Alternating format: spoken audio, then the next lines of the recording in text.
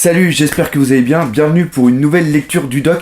Avant de parler du livre d'aujourd'hui que vous pouvez voir juste ici, j'aimerais faire un petit retour sur la vidéo de la semaine dernière que vous pouvez voir ici. C'était sur l'artbook de Dragon Ball sur les 30 ans de la licence et j'avais mis un nouveau format en place et je vous avais demandé justement de me laisser dans les commentaires si vous aimiez ou si vous détestiez, s'il y avait un petit problème pour vous, et vous avez été super nombreux déjà à la regarder, merci énormément, et aussi de me dire que vous aimez bien ce petit format qui est plus un format style vlog sur les livres, et ça m'a fait super plaisir. Le livre qu'on va voir aujourd'hui est un livre que je possède depuis quelques années et je dirais même que c'est l'un des plus beaux dans ma collection. Il s'agit de celui-ci, Shingo Araki Hitomi to Tamashi. C'est un livre que vous pouvez voir qui est quand même assez épais.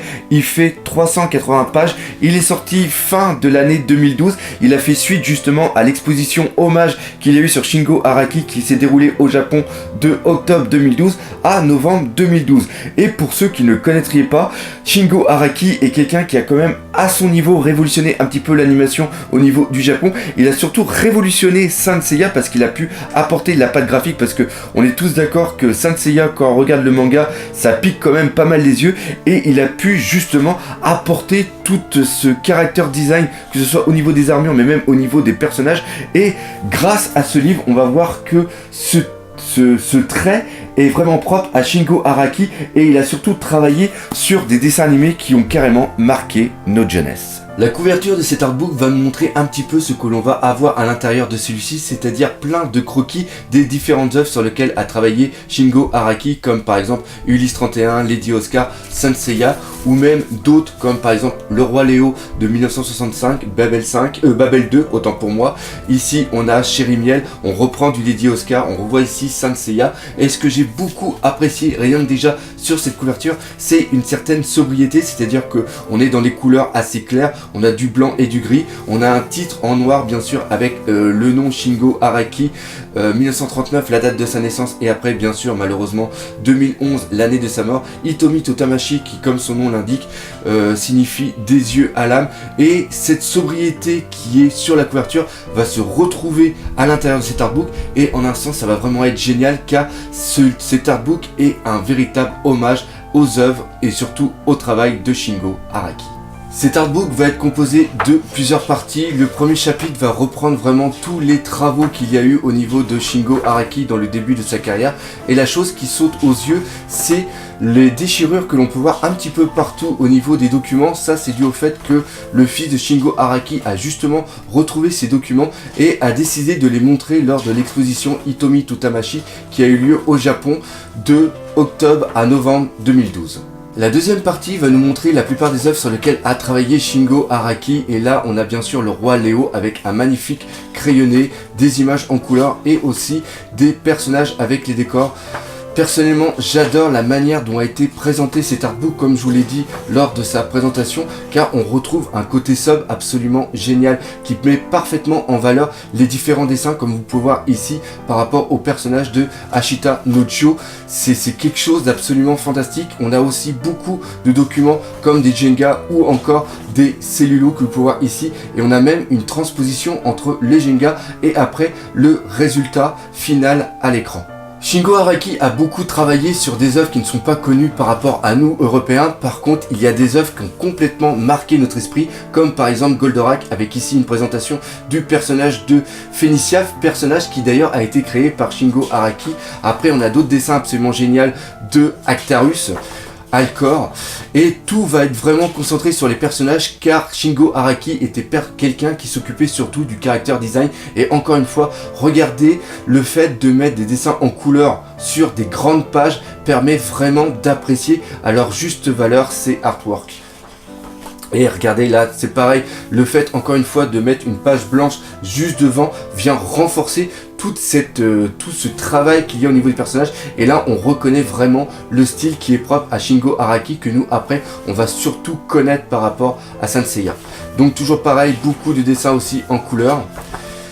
Et on va reprendre pour moi l'un des animes qui a marqué ma jeunesse. Il s'agit tout simplement de Lady Oscar. Regardez bien, c'est absolument génial. Là on a pas mal de documents qui ont servi justement à faire les cheatés, qui étaient des sortes de modèles pour que d'autres animateurs puissent travailler aussi sur Lady Oscar. Et ce que j'appréciais particulièrement dans Lady Oscar, c'était vraiment les yeux, comment ils étaient dessinés. Regardez, c'est absolument magnifique. Je pense que les pages parlent d'elles-mêmes.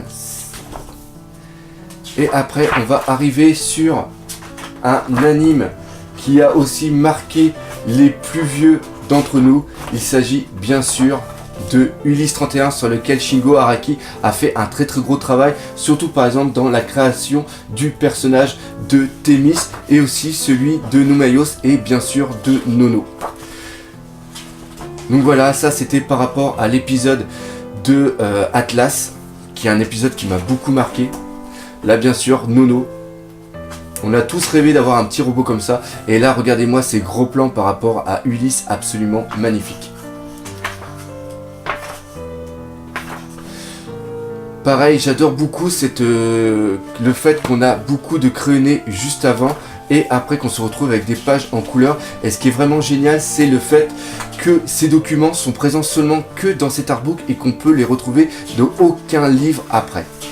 Là, on a Lupin 8 qui était une version de Lupin futuriste et on va après s'attaquer à le plus important pour nous de cet artbook. Il s'agit tout simplement de Saint Seiya. Nous allons maintenant avoir 60 pages de bonheur et ce que j'ai beaucoup apprécié sur cette partie, c'est qu'on a beaucoup de crayonnés de recherche qui nous font voir justement tout l'envers du décor, que ce soit ici des textes écrits par Shingo Araki ou encore ici des recherches par rapport aux positions de Seiya ou même Seiya étant enfant. Les dessins, vous voyez ici une première ébauche des météores de Pégase avec ici après un autre détail sur le dessin.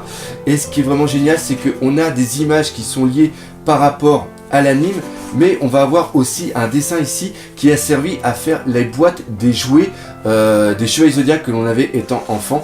Et là on reprend vraiment toutes les boîtes, donc ça va rappeler encore une fois énormément de souvenirs à ceux qui comme moi ont grandi avec le Club Dorothée et qui s'amusaient après à jouer avec les figurines vintage qui étaient avant bien sûr les Miss Claus. Et c'est absolument génial, regardez tous ces dessins, c'est quelque chose de dingue. Pareil, la Athéna ici sur une double page.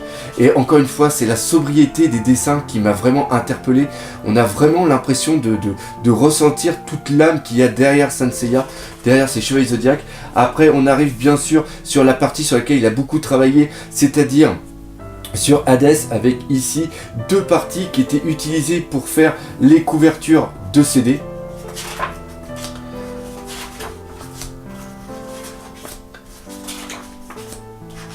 Et nous allons avoir ici, regardez tous ces dessins des chevaliers de bronze avec les chevaliers d'or. Après, bien sûr, comme je vous l'ai dit tout à l'heure, différents dessins en couleur. Nous avons aussi certaines affiches avec les crayonnés du début de recherche par rapport à l'affiche et après ce que ça va donner. Ça, c'était par rapport au dernier, le Tenkai. Pareil, les affiches promotionnelles par rapport au DVD que vous pouvez voir marqué juste là. Et j'adore encore une fois le fait qu'on est sur des doubles pages. Tous les croquis qu'on est sur une page juste ici et qu'on est après le résultat, on voit vraiment qu'il y a un très gros travail de recherche qui est fait en amont. Donc voilà, les pages parlent d'elles-mêmes, c'est absolument magnifique. Moi j'ai pris beaucoup de plaisir et encore une fois cette façon de laisser beaucoup de vide afin de vraiment que nos yeux soient attirés vraiment. Et le fait que ce soit mis en tout petit, on va vraiment s'efforcer à rechercher tous les détails.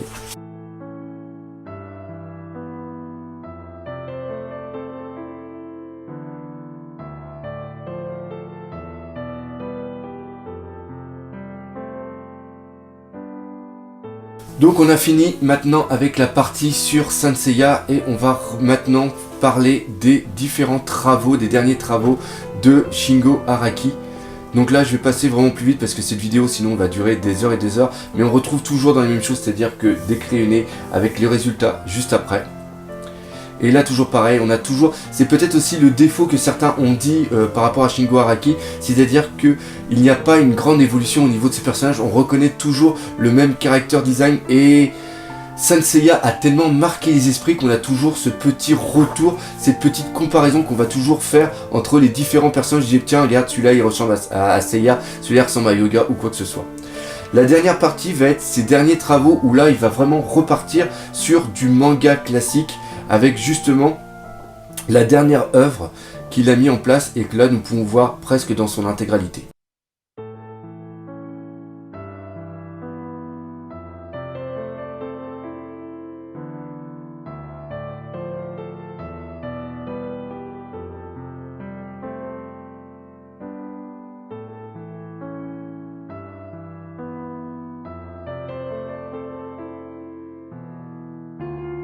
Et enfin, on va arriver sur la dernière partie où là, il va y avoir une biographie qui va être marquée. Et aussi la chose que je voudrais apporter au niveau de ce livre, c'est que ce livre est écrit une partie en japonais et après on a une partie en français.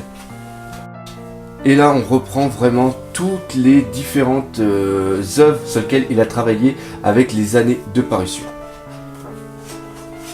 Je pense que vous comprenez maintenant pourquoi je dis que ce livre Shingo Araki Hitomi to Tamashii est pour moi l'un des plus beaux livres que je possède. Maintenant je sais que j'ai dû faire envie à certains d'entre vous et il y en a certains peut-être qui vont vouloir l'acheter. Malheureusement ce livre était vendu seulement qu'à 4000 exemplaires en 2012 et il n'y a pas eu de réédition et je ne pense pas qu'il y ait des rééditions de prévues. On peut encore le trouver d'occasion sur les sites d'enchères comme Yahoo Japan Auction. Pour info, moi je l'ai acheté 100 € lors de sa sortie, ce qui était le prix normal avec les frais de port. Et maintenant, il se vend à plus de 30 000 yens, ce qui fait à peu près 300 € avec les frais de port.